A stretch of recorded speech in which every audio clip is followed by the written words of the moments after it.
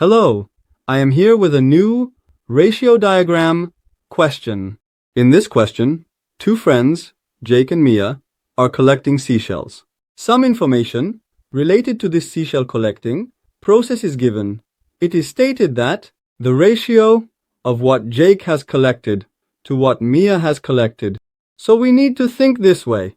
What is the ratio of what Jake has collected to what Mia has collected? Jake can collect 3, and Mia can collect 4.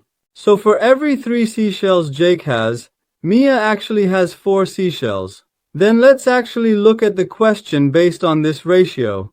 It says, according to this, what is the amount of seashells Mia has collected? Jake has collected 24. Wouldn't we say this? The ratio of what Jake has collected to what Mia has collected is 3 to 4. Who is being asked? What did we write Mia's collected items in the denominator? Mia has collected as many as a question mark. By the way, how many has Jake collected? 24.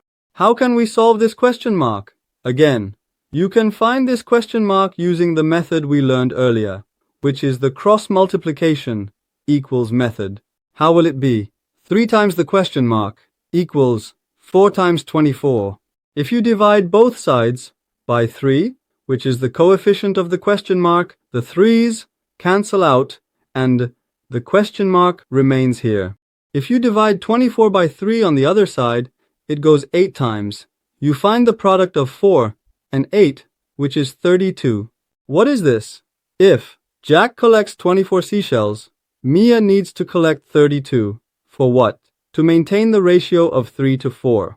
If I want to maintain this ratio, when Jake collects 24, Mia must collect 32.